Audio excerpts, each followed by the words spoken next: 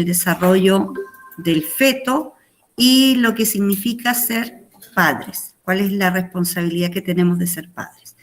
Los objetivos de la clase es reconocer y explicar la función de las estructuras anatómicas masculina y femenina, relacionar la función hormonal con la producción de gametos y fertilidad, reconocer los rasgos biológicos de la concepción y del desarrollo embrionario durante el embarazo y explicar la responsabilidad adquirida por los padres.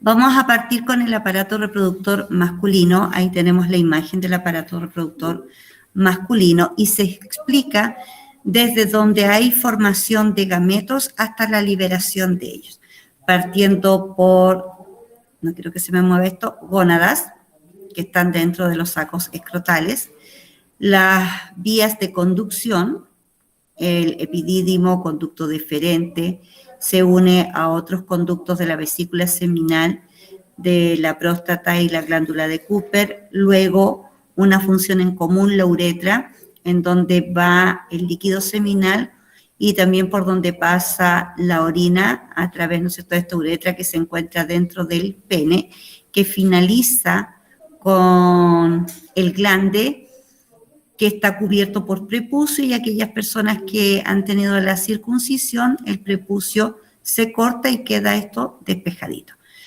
De esto tenemos que hablar. Estas son todas las partes del aparato reproductor masculino. El testículo es la gónada masculina. Ella tiene dos funciones muy importantes. Uno, producir los espermatozoides, y dos, producir la hormona sexual que es la testosterona. El epidídimo, que es un conducto que se ubica sobre los testículos, es un bulto que ustedes al palparlo, ¿no es cierto?, se siente ese bulto por la parte posterior. Eso se llama epidídimo y tiene una función muy importante porque una vez que se producen los espermatozoides, quedan un tiempo en esta cavidad para terminar de madurar, quedar listos para poder salir en el momento de la fecundación y poder, ¿no es cierto?, fecundar al ovocito. El conducto deferente viene después del epidídimo. Este va a trasladar a los espermatozoides. Hasta ese minuto los espermatozoides van solitos, ¿ya? Solo espermatozoides a través del conducto deferente hasta que se une con los conductos de las glándulas anexas. Se une con el conducto de la vesícula seminal. En la vesícula seminal se produce el líquido seminal que se va a unir a este grupo de espermatozoides. Y ya ahí hablamos de semen y no solo de espermatozoides o líquido seminal, por el hecho de tener ambos espermatozoides más los nutrientes que aporta este líquido seminal, que es un azúcar que se llama fructosa, que es muy importante para abastecer de energía a los espermatozoides en este largo viaje que va desde su órgano hasta lograr fecundar el ovocito en la cavidad de la mujer. Ellos producen alrededor del 50 al 60% del volumen del semen, que no es más que una cucharadita de té. Luego tenemos la próstata. La próstata, cuando los varones van siendo más adultos, empieza a aumentar de tamaño, empieza a presionar el conducto de la uretra, por lo tanto tienen problemas para orinar. Por lo tanto, eso ya pasados los 40 años, tienen que revisarse. La próstata también libera un líquido a través de su conducto que se une al líquido producido por la vesícula seminal más los espermios. Este líquido es un líquido transparente alcalino y la función de él es aumentar el movimiento de los espermatozoides, pero cuando ya llega a la cavidad de la mujer, a la cavidad vaginal, poder neutralizar el pH ácido de la cavidad vaginal de la mujer. Y tenemos las glándulas bulbouretrales, que tienen el tamaño de una lenteja, dos, una a cada lado de la uretra. También se le conoce como glándulas de Cooper. Ellas también producen un líquido que se une al líquido seminal. Este fluido se le llama fluido preseminal, es decir, en el momento de una relación sexual, el primer líquido que sale es el líquido de la glándula de Cooper. ¿cuál es la función de este líquido? Como a través de la uretra el varón también permite la salida de la orina, este líquido de la glándula de Cooper sirve para limpiar el conducto, alcalinizar, ¿no es cierto?, neutralizar los restos de orina o de algo que haya quedado ahí en el camino, y además lubrica el glande y también lubrica a la mujer, ¿ya? Entonces ayuda en el proceso de la penetración. Este líquido también puede llevar algunos espermatozoides a arrastrar espermatozoides, por lo tanto, cuando se es joven y se practica el coito interruptus, no quiere decir que no exista peligro de dejar a la mujer embarazada por estos espermatozoides que puede arrastrar. Y el pene es el órgano copulador. Él está formado por los cuerpos cavernosos y los cuerpos esponjosos. Le dan el volumen a este órgano y gracias a él se puede hacer, ¿no es cierto?, la liberación de este líquido seminal que lleva los espermatozoides, más los otros líquidos que van a neutralizar la cavidad vaginal. Por lo tanto, es el órgano que penetra la vagina de la mujer para poder dejar en su interior el semen. Y también, ¿no es cierto?, en otras circunstancias sirve para eliminar la orina. ¿Cómo se regula las hormonas en el hombre? Nosotros ya algo habíamos visto cuando hablamos de sistema endocrino. Funciona con el mecanismo de retroalimentación, es decir, el feedback y el feed forward, o sea, retroalimentación positiva o retroalimentación negativa. Y ya sabemos que el hipotálamo envía mensajes a la hipófisis para que la hipófisis envíe hormonas a las gónadas del varón. ¿Cuáles son las hormonas que va a liberar la hipófisis? La hormona folículo estimulante y la hormona luteinizante. La hormona folículo estimulante va a estimular en el testículo la producción de la hormona testosterona y la hormona luteinizante, la folículo estimulante va a no sé cuál dije primero, me enredé. La folículo estimulante, la FSH, llega al testículo y va a generar, ¿no es cierto?, una reacción para que la gónada del varón produzca la testosterona, que es la hormona que se empieza a producir en la pubertad y que provoca los cambios en el cuerpo del varón para transformarse de niño a hombre con la maduración de sus órganos genitales. Y la hormona luteinizante también va a llegar al testículo, pero va a estimular a unas células que se llaman intersticiales para que se generen junto con los espermatozoides estas hormonas. Ellas trabajan en conjunto. Dentro de la gónada del testículo hay dos tipos de células, las células de Sertoli y las células que van a producir la testosterona. La de Sertoli se va a encargar de nutrir y poder aportar para la formación de espermatozoides. Y las otras células van a encargarse de producir la testosterona, que como yo les decía, comienza justo en la pubertad. Entonces, ¿cómo actúa aquí el mecanismo de retroalimentación? La retroalimentación positiva le va a indicar a la hipófisis que sí libere estas hormonas para que lleguen al testículo, la FSH y la LH, y eso va a ser positivo porque estimula para que en el testículo ocurran estos dos eventos importantes, producción de testosterona y también producción de espermatozoides. La producción de espermatozoides es en unas células que comienzan a madurar, que son células germinales. Esas células germinales se comienzan a transformar hasta transformarse en un espermatozoide maduro con colita, cabeza que lleva la información genética y la cola que le ayuda a desplazarse. Entonces, cuando hay una alta producción de eso, actúa el feedback negativo o retroalimentación negativa para inhibir a la hipófisis para que ésta no siga enviando la luteinizante y la folículo estimulante cuando ya hay una producción suficiente de espermatozoides y de hormona testosterona.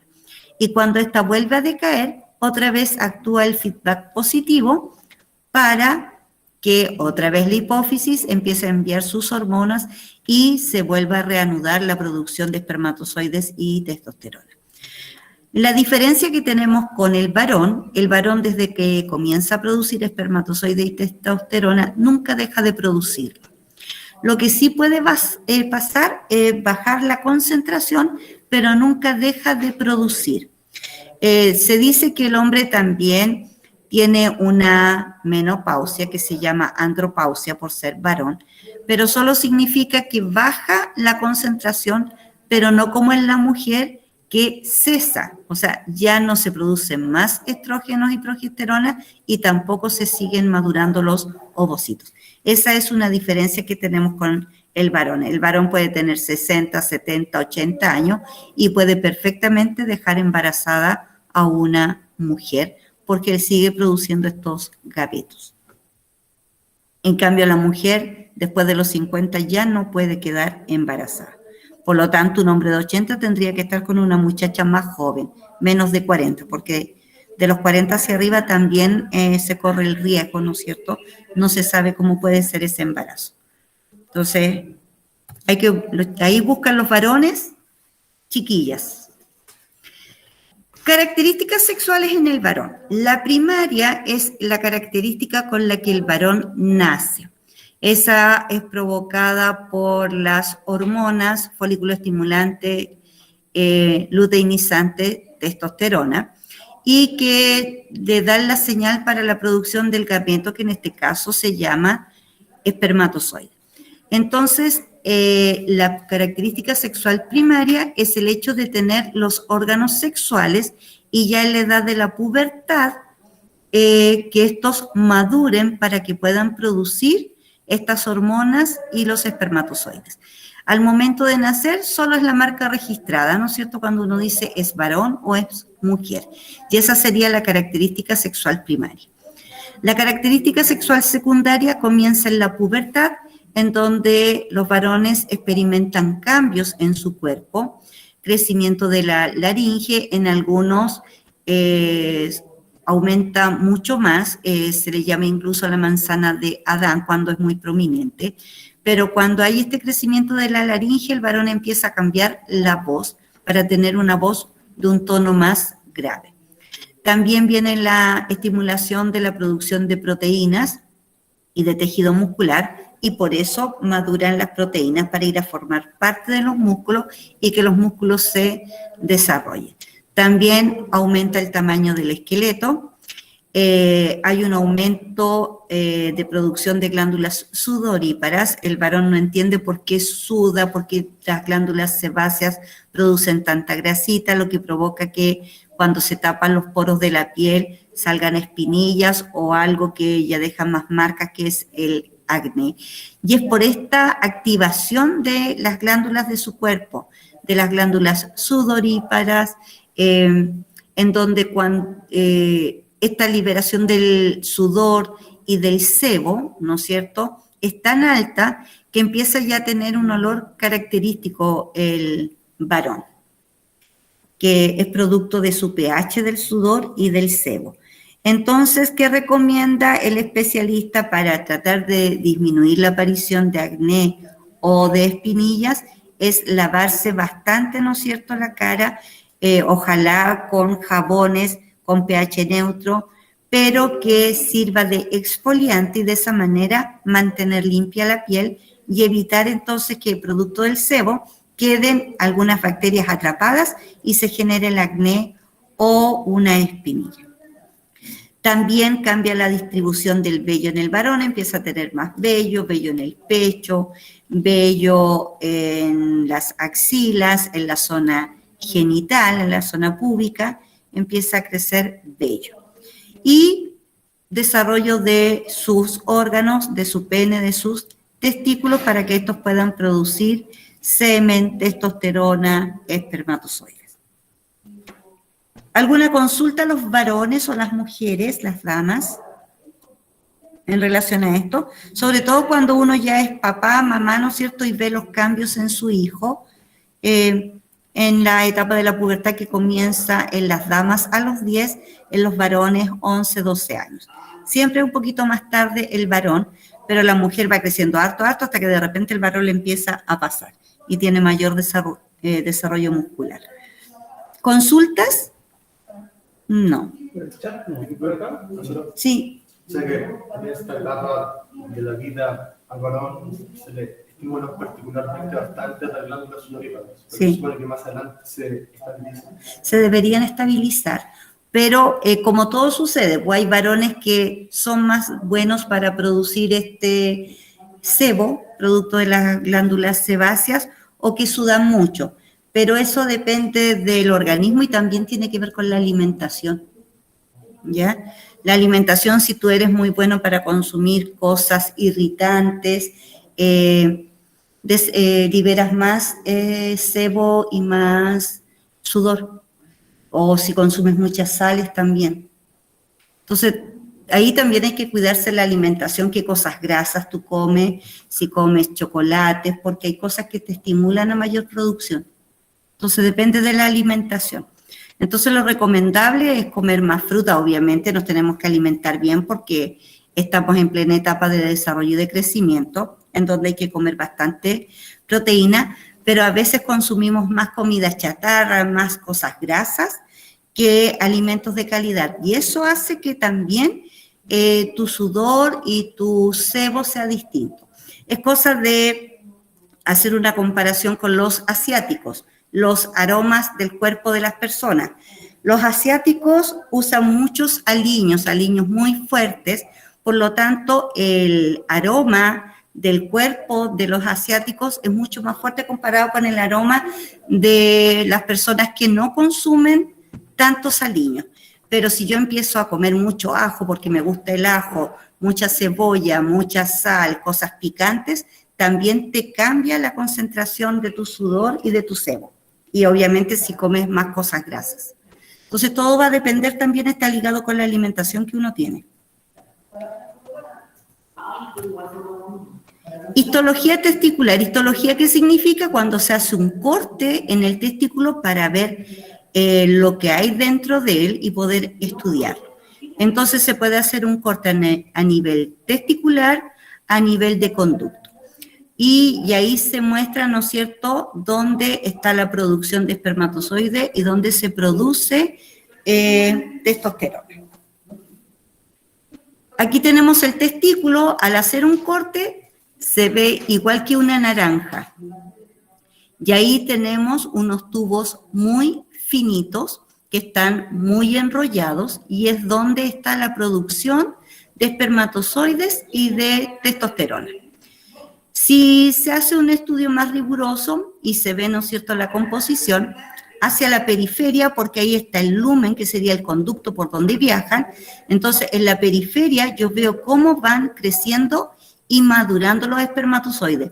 En un principio son como cualquier célula que madura, crece, pero ya cuando se va a alojar en el epidídimo, empieza su transformación y empieza a distinguirse bien una cabecita y una cola. Entonces, eso va por etapas y eso se puede estudiar al hacer cortes del testículo para hacer el estudio, ¿no es cierto?, de qué está ocurriendo. El espermatozoide, ¿sí? Esta es una pregunta anterior. Pero ya. Sí. ¿Lo hago? Sí. Dice, según había leído, Janet, ¿ya? Los asiáticos, en su genética tienen un gen que hace que no despidan olores tan fuertes. Pero igual tienen un aroma más fuerte comparado con otras personas, ¿ya? Y tiene que ver con la alimentación. Por ejemplo, es cosa de probar. Si yo cambio mi alimentación con productos más irritantes o que liberan muchos aromas, por ejemplo, el ajo, que es muy fuerte, y te dicen, ¿sabes qué? Es súper bueno comer ajo. Y es cierto que es bueno comer ajo, pero tú te vas a dar cuenta que el aroma de tu cuerpo empieza a cambiar, porque obviamente tu cuerpo tiene que liberar toxinas, y al liberar toxinas a través del sudor o del sebo, se liberan estos aromas que hacen que tu cuerpo sea de un olor más fuerte, o el sudor más fuerte. O a veces sentimos que el sudor de algunas personas es mucho más fuerte comparado con otras y no tiene que ver con la limpieza o decir esta persona no se baña, tiene que ver con la alimentación. Entonces, cuando yo hago un cambio de la alimentación y consumo más líquido, esto también, ¿no es cierto? El líquido ayuda a diluir. Entonces, al diluir ya los aromas no son tan fuertes, pero sí tiene que ver con las cosas que se consumen. Puede ser que hayan estudios que te digan que existe el gen, pero más bien está relacionado con lo que nos llevamos a la boca. Más que un gen que te diga tú vas a tener este olor o este otro aroma. Obviamente tu pH, uno nace con un pH característico, algunos son más básicos, otros más ácidos, que es el que le da el olor característico a tu cuerpo. Por ejemplo, cuando tú te sacas la ropa y tomas el olor de tus prendas de vestir, tiene tu olor característico que tiene que ver con tus feromonas, con tu sudor, y no es que esté mojado ni que liberemos sudor, mucho líquido del cuerpo, sino que hay una sudoración que es insípida, que es más como vapor de agua que uno libera durante todo el día y te va impregnando con el olor de tu cuerpo, tu ropa, ¿ya? Y ese es el olor de la persona. Tiene que ver con pH, tiene que ver con alimento, tiene que ver con producción de hormonas, con producción de grasa y de sudor, ¿ya? Es toda una mezcla de todos esos componentes. Entonces, el espermatozoide es el gameto masculino. Así que él se produce dentro del testículo y madura en esta parte que es el engrosamiento que siente el varón cuando se hace aseo en sus genitales. Esto va en la parte posterior y es el epéndimo. Y aquí llegan todas estas células y terminan de madurar, aprenden a mover la colita, a desarrollarse bien, para luego seguir hacia el conducto deferente, liberarse y su única meta es fecundar al ovocito 2, a nuestro gameto. Dentro del testículo, aquí en este corte, tenemos dos células. Aquí están, se distinguen por su color. Están las células de Leydig. Estas son muy importantes, son las encargadas de producir testosterona. Y adentro, donde se produce el espermatozoide, hay células que se llaman de Sertoli y que están cada ciertos espacios y son los encargados de nutrir al espermatozoide cuando está en desarrollo. Lo mismo que uno, desde que nace y va creciendo, ¿no es cierto?, necesitamos nutrirnos para desarrollarnos. Y aquí este proceso que se llama espermatogénesis, que significa formación de espermatozoides, necesita nutrientes para poder hacerlo y madurar. Entonces, estas células producen esos nutrientes que le van a dar la energía, el soporte a los espermatozoides, también van a dar protección, van a formar barreras hematotesticular. ¿Qué significa hemato? Hemato tiene que ver con sangre. Significa que aquí también hay irrigación sanguínea, porque a través de la sangre también llegan los nutrientes. Y también acá, en este sector, se producen unos glóbulos blancos que nosotros hablamos en inmunidad de ellos, que son los fagocitos, y los fagocitos vienen del monocito que se transforma, crece. ¿Qué significa esto? Porque aquí hay fagocitos. Si el varón produce muchos espermatozoides, ya tiene una alta producción de espermatozoides, tiene producción de la hormona y va aumentando la concentración, pero el varón, supongamos que es célibe y no tiene relaciones sexuales, por lo tanto se va acumulando aquí en esta zona. Estos pasan un tiempo y luego se destruyen. Por lo tanto, todos los espermatozoides y la testosterona están constantemente produciéndose y renovándose, y lo que es más antiguo, el fagocito se encarga de destruirlo. En cambio, en la mujer no, van aumentando de edad. Si yo tengo 50, el ovocito tiene 50, si tengo 14, mi ovocito tiene 14.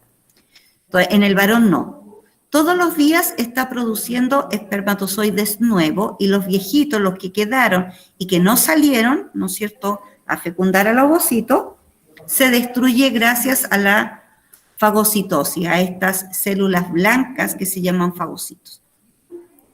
Y también se produce una hormona que se llama inhibina, y se llama así porque inhibe y trata de inhibir cuando hay una alta producción de espermatozoides y de testosterona, para más o menos ir regulando la producción. Entonces, todos esos eventos ocurren en el testículo del varón. Aparato reproductor femenino. Cuando se estudia el aparato reproductor femenino tenemos que ver las estructuras externas y las estructuras internas, es decir, genital interno, genital externo. Y también se estudia desde la producción de ovocitos hasta su salida, es decir, desde la gónada femenina que se llama ovario, que se encarga de producir ovocitos, el conducto que es la trompa de falopio, el útero, el estrechamiento del cuello uterino y el canal vaginal o vagina. Estos serían los internos. Y por fuera tenemos la vulva. La vulva está formada por los labios pudendos mayores, que son los que más externos y que protegen. Luego vienen los labios pudendos menores, que son de menor tamaño, y que hacia el interior se ve la zona vestibular, es decir, podemos ver la ubicación del clítoris, del conducto uretral y del conducto vaginal, que está cubierto por esta telita que se llama himen, que antiguamente tenía un valor increíble, ¿no es cierto?, muchos años atrás, que eso probaba que la mujer no haya tenido relaciones, que sea virgen, y que le daban un valor increíble, y aquella mujer que no era virgen era devuelta a sus padres y ya no se podía volver a casar, o sea, quedaba ahí, no se podía ofrecer para matrimonio por hecho de haber perdido su virginidad. Pero hoy en día vamos evolucionando y ya no se le toma el valor que tenía antes, o que la mujer se cuidaba hasta el día de su matrimonio. Existen mujeres, ¿no es cierto?, que respetan eso, tiene que ver con las religiones, con los valores, cómo son criados, pero no podemos exigir que todos funcionen igual. Entonces, ahora hay una mayor libertad. Pero sí hay que tener cuidado cuando comienza la pubertad, y hoy en día hay adolescentes muy prematuros y que empiezan a tener relaciones sexuales, y por eso tenemos embarazos adolescentes y preadolescentes, o sea, niños que están en séptimo básico o sexto básico, es decir, la niña empieza a menstruar, significa que está ovulando y que ya puede quedar embarazada. Entonces ahí hay que cuidar mucho a las niñas. ¿Y alguien estaba hablando? ¿Quién? A ver. Que se escuchó con un ruido. ¿No? ¿No? Ya. Vamos entonces a ver la función que cumplen las partes de la mujer. Vamos a partir desde el interior. La gónada se llama ovario, tenemos 2 ovarios, dentro del ovario se producen los ovocitos y la hormona en la primera quincena estrógeno y en la segunda quincena progesterona. El estrógeno es el que se encarga de dar las características sexuales secundarias en la mujer durante la pubertad, pero luego de la pubertad, ¿no es cierto?, se dedica a liberarse para el engrosamiento del endometrio, es decir, formar el nido para poder recibir al ovocito fecundado. El ovario, a diferencia del varón, cuando la mujer está en la vida intrauterina y ya tiene la formación de sus ovarios, ahí ya la mujer está formando sus células foliculares y, por ejemplo, pongamos un valor, nace con 500 células foliculares, es decir, que ya en la vida intrauterina su ovario ya estaba trabajando, a diferencia del varón que empieza recién en la pubertad. Y es por esa razón que desde que nacemos los ovocitos van teniendo nuestra misma edad. Ahora, cuando comienza la liberación del ovocito es durante la pubertad. Entonces, parte la vida intrauterina, nacemos, se detiene y se activa después en la pubertad. Pero a diferencia del varón, ya nacemos con una cantidad determinada de células foliculares que van a convertirse en ovocitos, y por eso tenemos un periodo de maduración cuando empieza la menarquía con la primera menstruación hasta la menopausia, porque nacemos con una cantidad determinada de células foliculares que se van a convertir en ovocitos. Entonces, por eso tenemos ese rango, a diferencia del varón, que recién parte en la pubertad y no se detiene, continúa durante el resto de su vida, y la mujer no, tiene un periodo. Tenemos los oviductos. El oviducto son estructuras con forma de tubos que tienen la función de recibir al ovocito durante la ovulación. Ese oviducto también se conoce como trompa de falopio, y en su extremo, cerca del ovario, tiene unas prolongaciones en forma de dedo que se llaman fimbrias, que están en constante movimiento. Entonces, el día de la ovulación se encarga de atrapar al ovocito y que no se pierda, porque el ovario a las fimbrias hay una distancia, por lo tanto, es expulsado y las fimbrias lo atrapan y lo llevan al conducto. Dentro del conducto hay unos cilios, que son unas vellosidades, que ayudan a transportar al ovocito, porque a diferencia del varón, el espermatozoide tiene cola que le da movimiento. El ovocito no tiene movimiento, por lo tanto va rodando y avanzando por el movimiento de estos cilios, hasta llegar al tercio de la trompa de falopio, en donde es fecundado. Si ya pasa ese tercio, ya no puede ser fecundado. Termina la trompa de falopio y comienza este órgano muscular elástico que se llama útero y que está formado por 3 capas musculares. Desde afuera hacia adentro está el perimetrio, que es donde se genera, ¿no es cierto?, esta elasticidad y poder crecer durante el embarazo. Después viene el miometrio, que es el que hace las contracciones uterinas, y el endometrio, que va cambiando durante nuestro ciclo, en un mes o durante 25 días, en donde empieza a crecer formando un nido. Este nido tiene mucha irrigación sanguínea porque va a atrapar al ovocito fecundado, lo va a ocultar, y con esos nutrientes de toda esta vascularización que hay de todos estos vasos sanguíneos, esos primeros nutrientes van a llegar mientras se forma la placenta y se forma el cordón umbilical. Entonces, los primeros días de vida se alimenta gracias a eso. Entonces, todos los meses las mujeres forman ese abultamiento en el endometrio y todos los meses lo vamos renovando. No hay fecundación, se elimina, y eso se conoce como menstruación, y empieza otro ciclo en donde se vuelve a formar a la espera de que exista un ovocito fecundado. La vagina o canal vaginal también es un conducto muscular elástico, porque en el momento del parto también la vagina es capaz de distenderse mucho para poder tener un parto normal.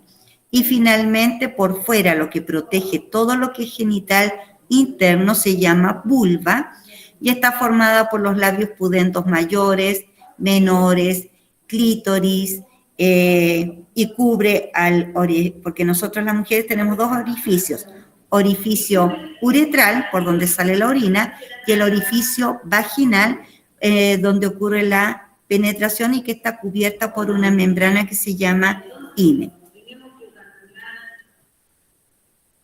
¿Cuáles son las características sexuales en la mujer? También, al igual que el varón, tenemos las características sexuales primarias durante nuestro desarrollo intrauterino, y es cuando la mujer nace con ovarios, que obviamente quedan hacia arriba, son como bracitos. Cuando recién se forma el embrión, hay bracitos arriba que podrían quedarse, ¿no es cierto? Cuando quedan arriba son los ovarios, y cuando bajan son los testículos, y es varón, dependiendo de la información genética que trae. Pero es lo mismo, son esos brazos arriba o brazos abajo. Arriba forma los ovarios y todo lo que es el aparato reproductor femenino, y cuando bajan al saco escrotal forman los testículos y todo lo que es el aparato reproductor masculino. En esta primera parte es cuando uno nace y el doctor te dice, o le dice a la mamá, es mujer, porque ve, ¿no es cierto?, que tiene vulva. Esto también ha sido estimulado el desarrollo de los órganos genitales cuando ya llega la pubertad y la mujer madura. ¿Pregunta?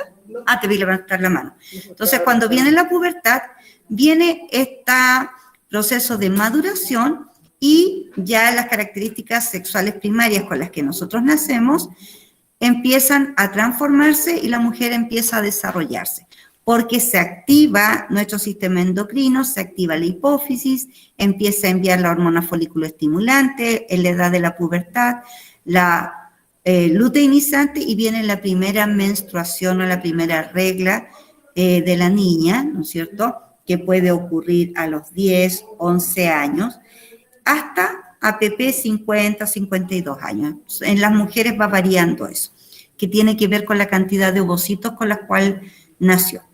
Entonces, una vez que ocurre esta maduración y pasamos a las características sexuales secundarias, tenemos el desarrollo de nuestro cuerpo que va a cambiar de niña hasta mujer. ¿Qué diferencias tenemos con el varón? El varón no tiene ensanchamiento de cadera porque tiene mayor desarrollo muscular.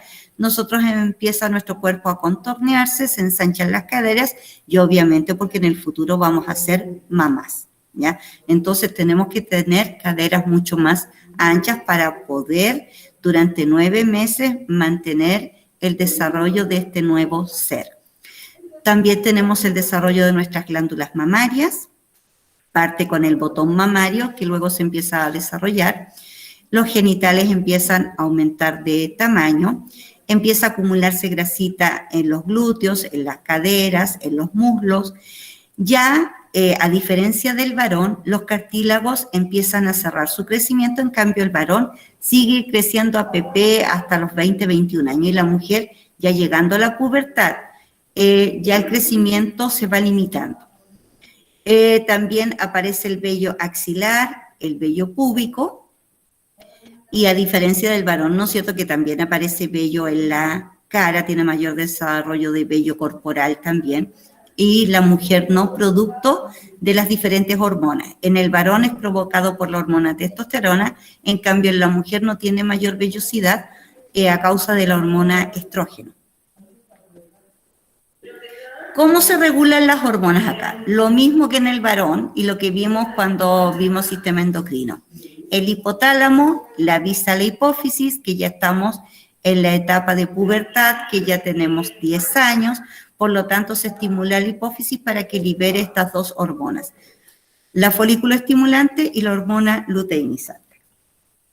La hormona folículo estimulante actúa 15 días antes, es decir, es preovulatoria, antes de la ovulación, y la hormona luteinizante actúa después de la ovulación, es decir, hay ovulación y recién baja la hormona luteinizante.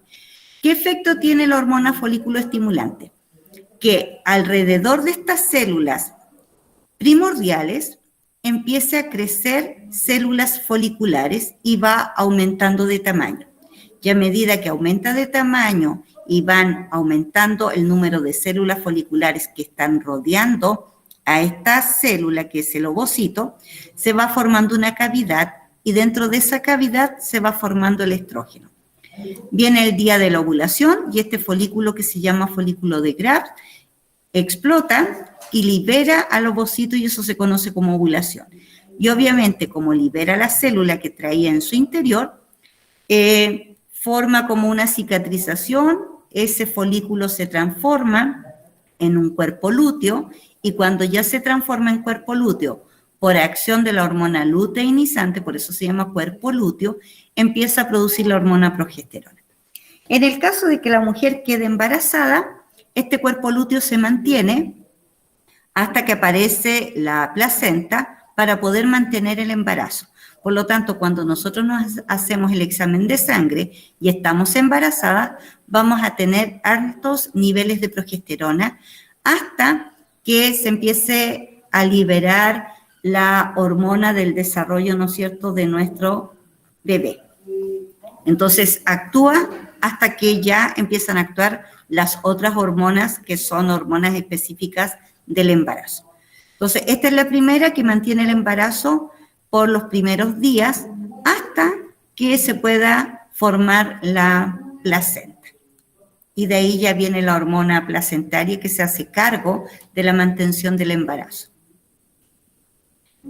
Entonces, ¿cuáles son los periodos? Cuando comienza la pubertad, menarquía, que es la primera regla o menstruación, y menopausia cuando es el cese de la ovulación, y obviamente al cesar la ovulación dejan de producirse la hormona estrógeno y progesterona, y eso lleva a la descalcificación, cambios en la mujer por falta de estas hormonas.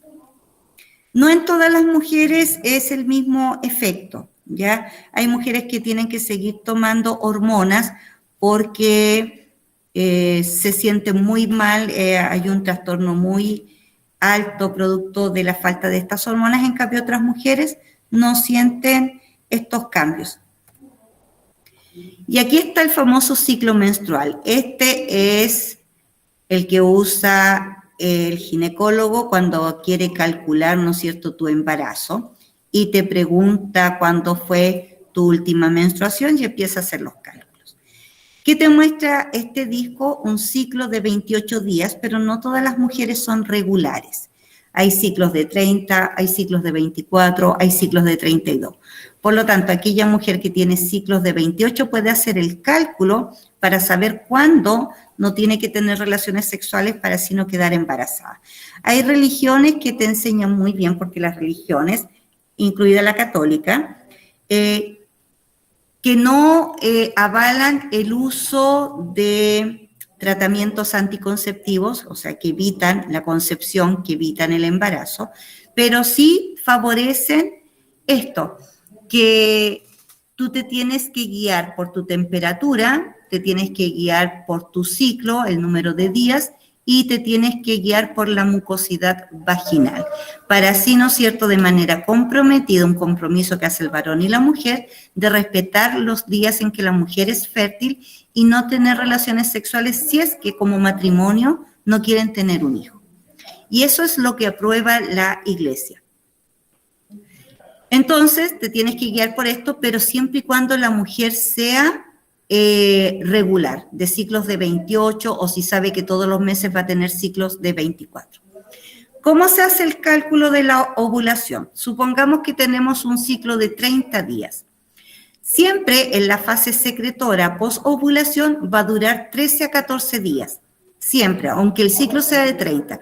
Y antiguamente las mujeres pensaban, mi ciclo es de 30, por lo tanto ovulo en la mitad del ciclo, en el día 15. Si el ciclo es de 28, ovulo el 14. Si el ciclo es de 24, ovulo el 12. Y es ahí donde se producían los problemas y los embarazos, porque tenía que considerar que después de la ovulación siempre son regulares 13 a 14 días. En cambio, la fase preovulatoria es la que va variando. Si tengo un ciclo de 24 y le quito 14, me quedan 10 días en la fase preovulatoria, en donde hay 4 días de menstruación y después hay 6 días antes de la ovulación. Y en estos 6 días, 3 días antes yo tengo que dejar de tener relaciones sexuales porque el ovocito vive 48 horas y el espermatozoide vive 72 horas, es decir, vive 3 días. Por lo tanto, 3 días antes, ya antes de la ovulación, tengo que dejar de tener relaciones sexuales. Por lo tanto, me quedan días hábiles para así estar con mi pareja, solo de 3 días. En cambio, pasa la ovulación, espero 3 días y me quedan 11 días hasta que llega la siguiente menstruación. Si el ciclo es de 30, también le quito 14 y me quedan 16.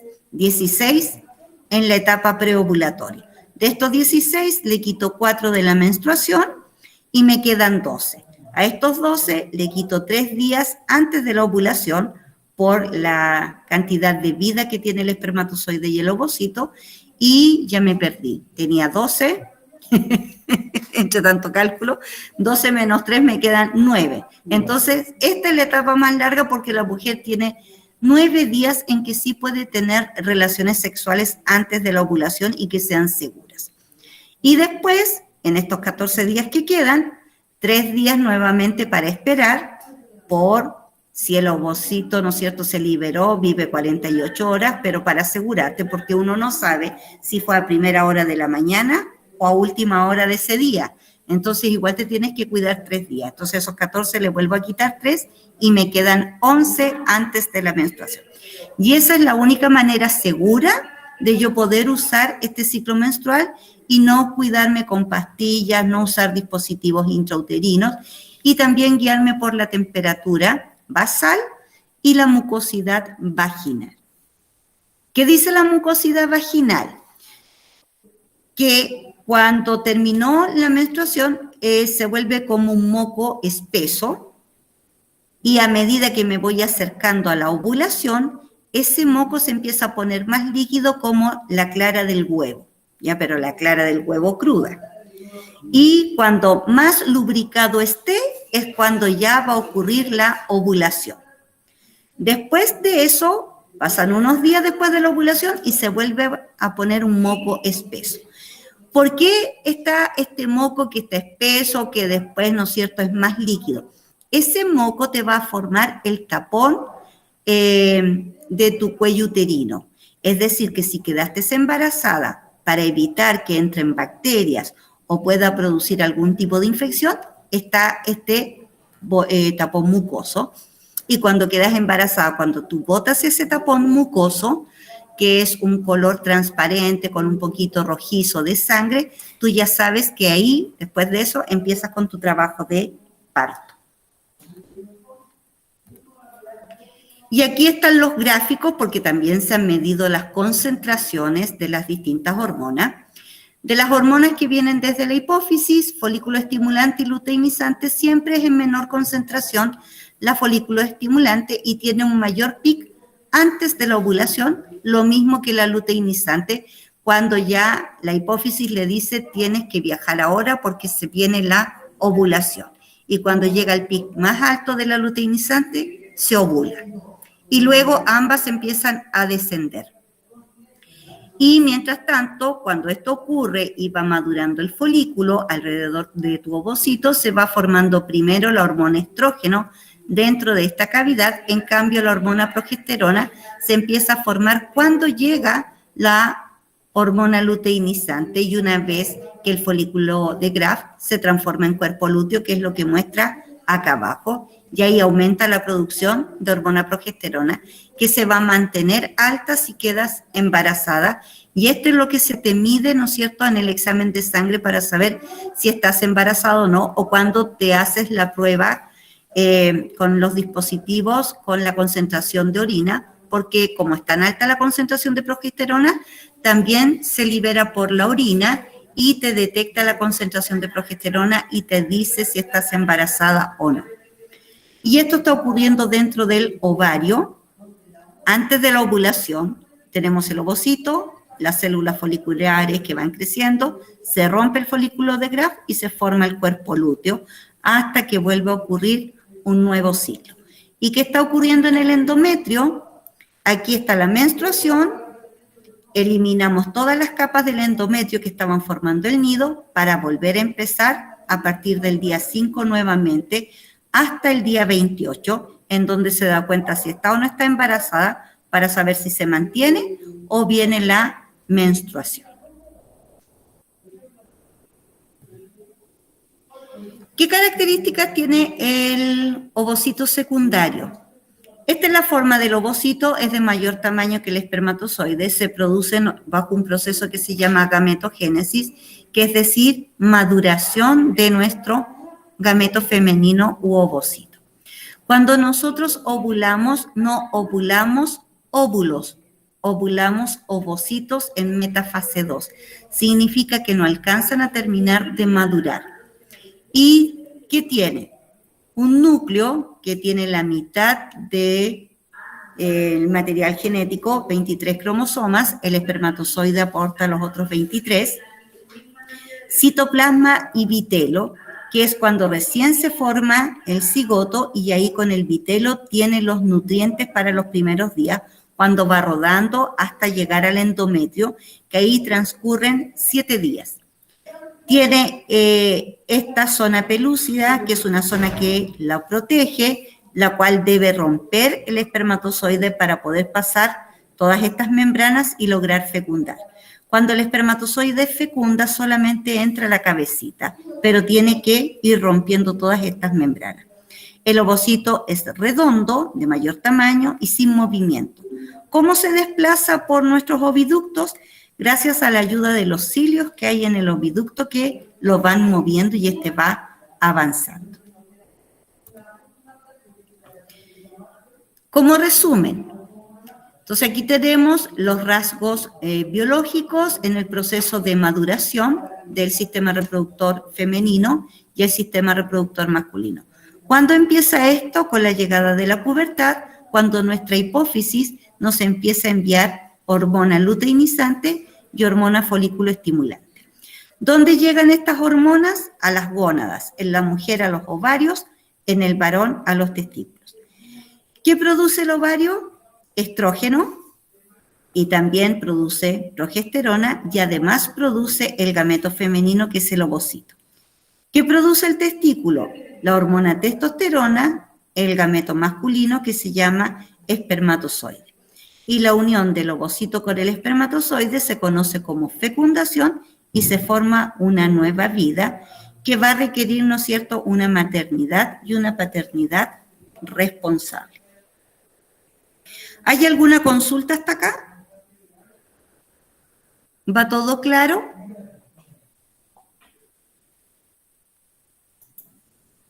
¿No? ¿No hay? No hay consulta. Ya. Entonces partimos cómo empieza una nueva vida. Día 1.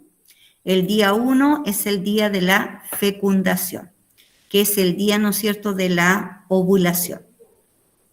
El ovocito es fecundado, pero fíjate todo el recorrido que tiene que hacer el ovocito. Me voy a ir atrás para mirar toda la estructura. Acá. El espermatozoide ingresa al canal vaginal, pasa por el cuello uterino. En esta cucharada hay miles de espermatozoides. Estos espermatozoides, como no saben en qué lugar va a ocurrir la ovulación, se dividen y toman distintos caminos.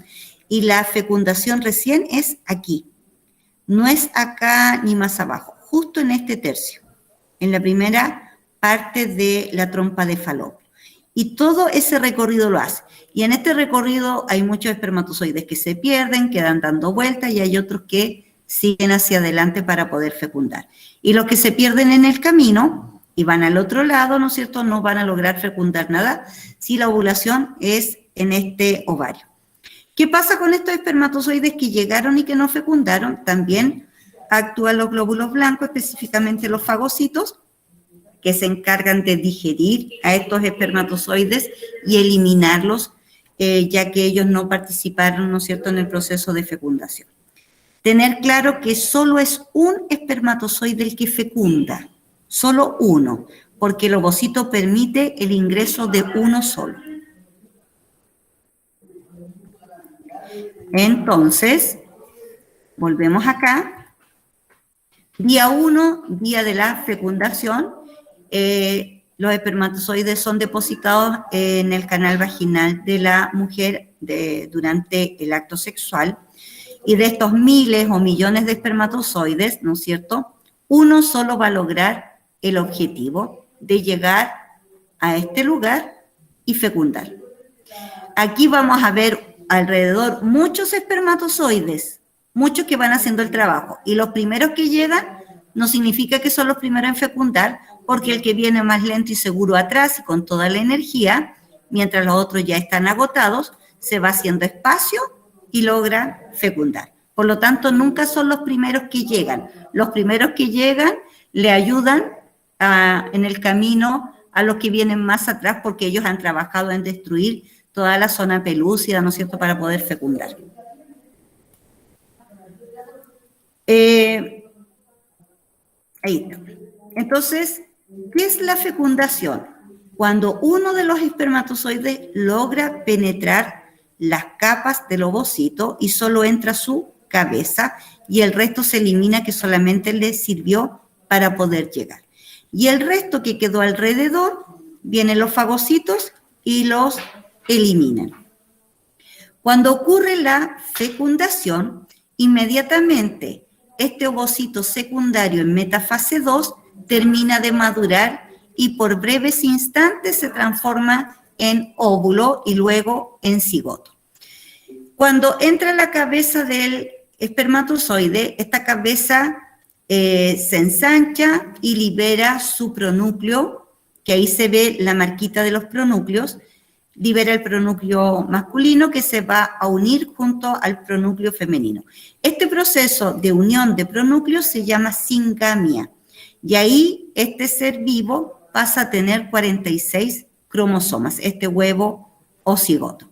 Y este huevo o cigoto va a empezar a dividirse, a reproducirse, a sacar muchas copias y tener muchas células que van a tener al principio 2, 4, 8, 16, siempre múltiplos, hasta formar una mórula. Entonces, ahí tenemos que solo entra la cabeza del espermatozoide.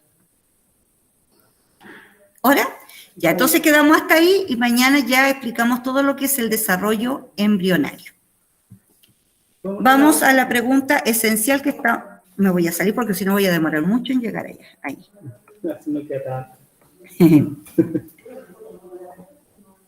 Ahí. Indicar los rasgos biológicos de la concepción y del desarrollo embrionario durante el embarazo. O sea, de la concepción significa cuando hay fecundación y del embarazo todos los cambios que ocurren del embrión y del feto, a grandes rasgos, más explicar qué significa adquirir esta responsabilidad de ser padres.